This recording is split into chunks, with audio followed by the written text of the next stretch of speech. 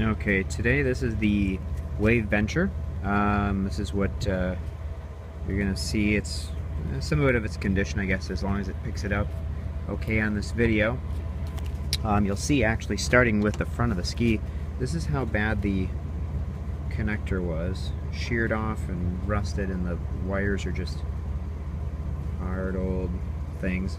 So temporarily I cut them off, put a new harness on to hook up to this one, so it's a nice new harness, fits together perfectly.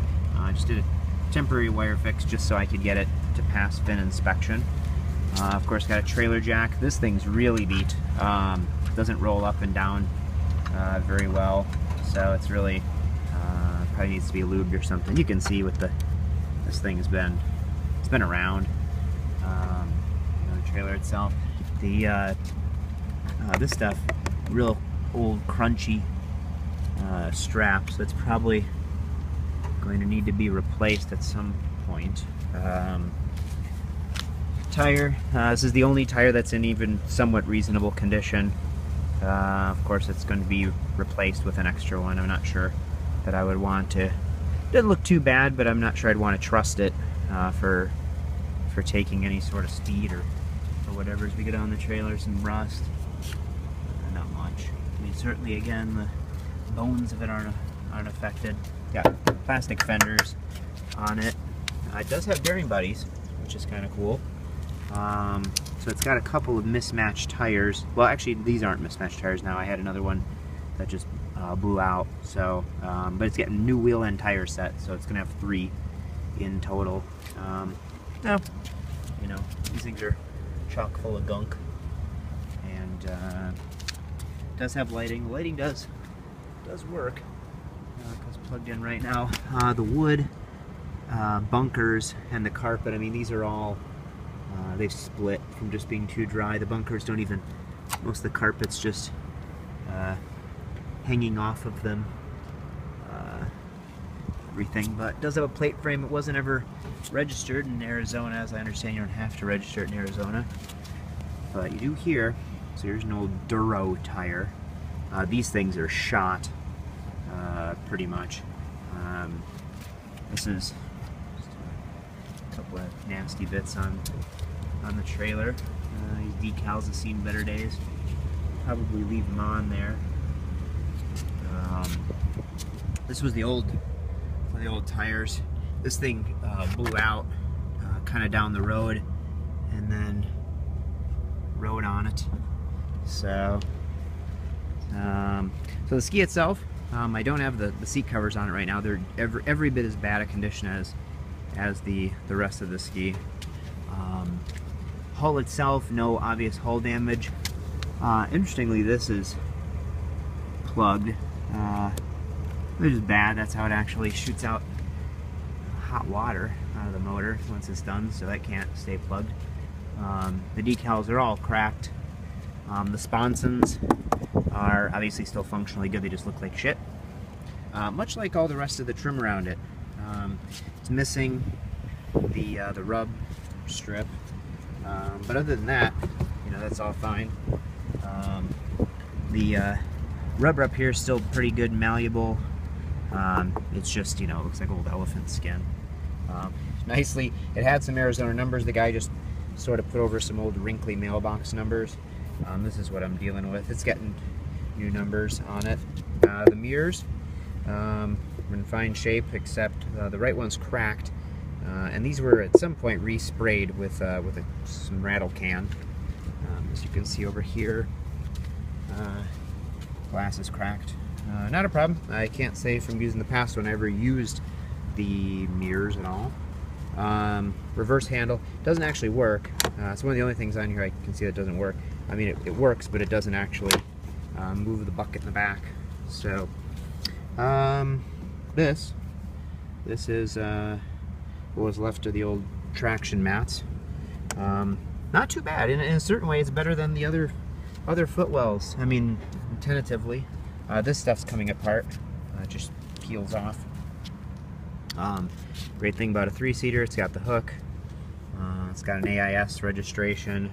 Of course, that's gone, basically. On this side, there are no traction mats except for these little pads in the back. All of the coat in here is cracked, but it's not really, I mean, it's still arguably better than the other one. You know, God, it's tough to say. I think most of the things on this craft are just, you know, compared to the other one, are just trading, you know, one thing's worse, one thing's better. These handles, which are probably just going to be removed tentatively, obviously, they're broken. This one's broken too in more places. The general condition of the hull, I mean, obviously it's all parched. There's only a little bit of glass showing through. These were glass, not SMC. So a little bit here. Again, not a big deal. I'd probably put some rubber bumpers, some kind of traction material over it and stuff. You wouldn't even know or care. You can actually see the old color of the mirrors. They were purple. This actually might be one of the best things to polish up. This blue here. The top cover, you can see, I was hoping I could maybe sort of just sand this off, but it's actually gone down to the base plastic underneath it, so no option but to repaint it. Unfortunately, the front is cracked, which is more of a pain than it looks like because it's what this door hangs on with. It's got the original choke. Great thing about, actually, this old grab handle is still good to go. I don't think that's going to break. Huge amount of storage in this thing. It's cracked in the bottom though, which I guess I really don't care about. I could put some adhesive. Just tons of storage compared to the other one.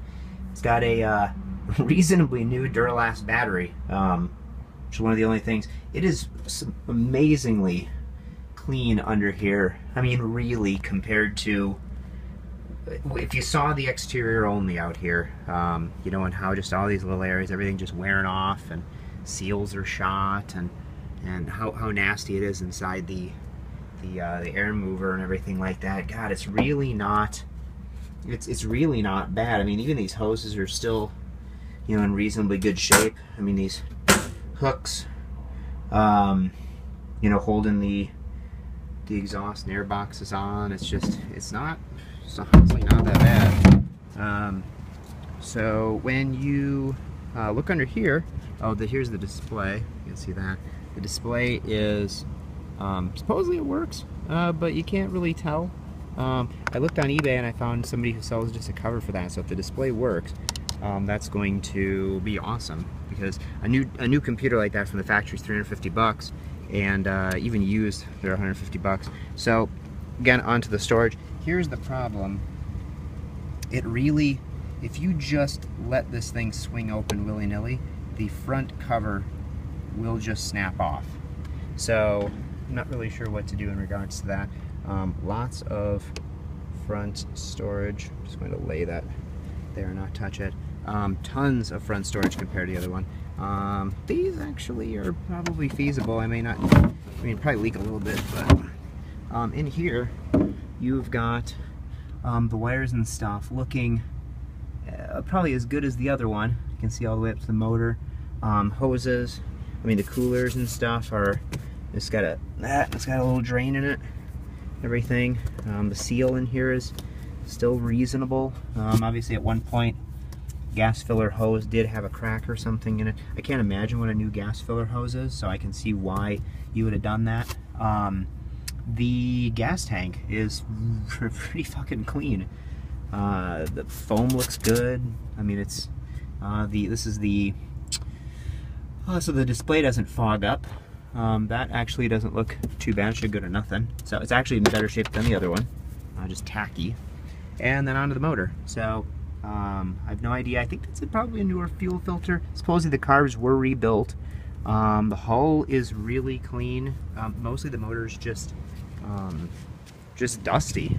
I mean, it's the 701 motor. So no real oil in here. Computer and fuse box. I mean, you know, it's yeah. I mean, it is sort of. It is what it is, and not too bad. Probably a fun project. I'm hoping it's as reliable as I'm hoping all these are. So I'm making a gamble on it. So anyway, that is what you're looking at. I'll probably add the seats into another one because those are going to get recovered.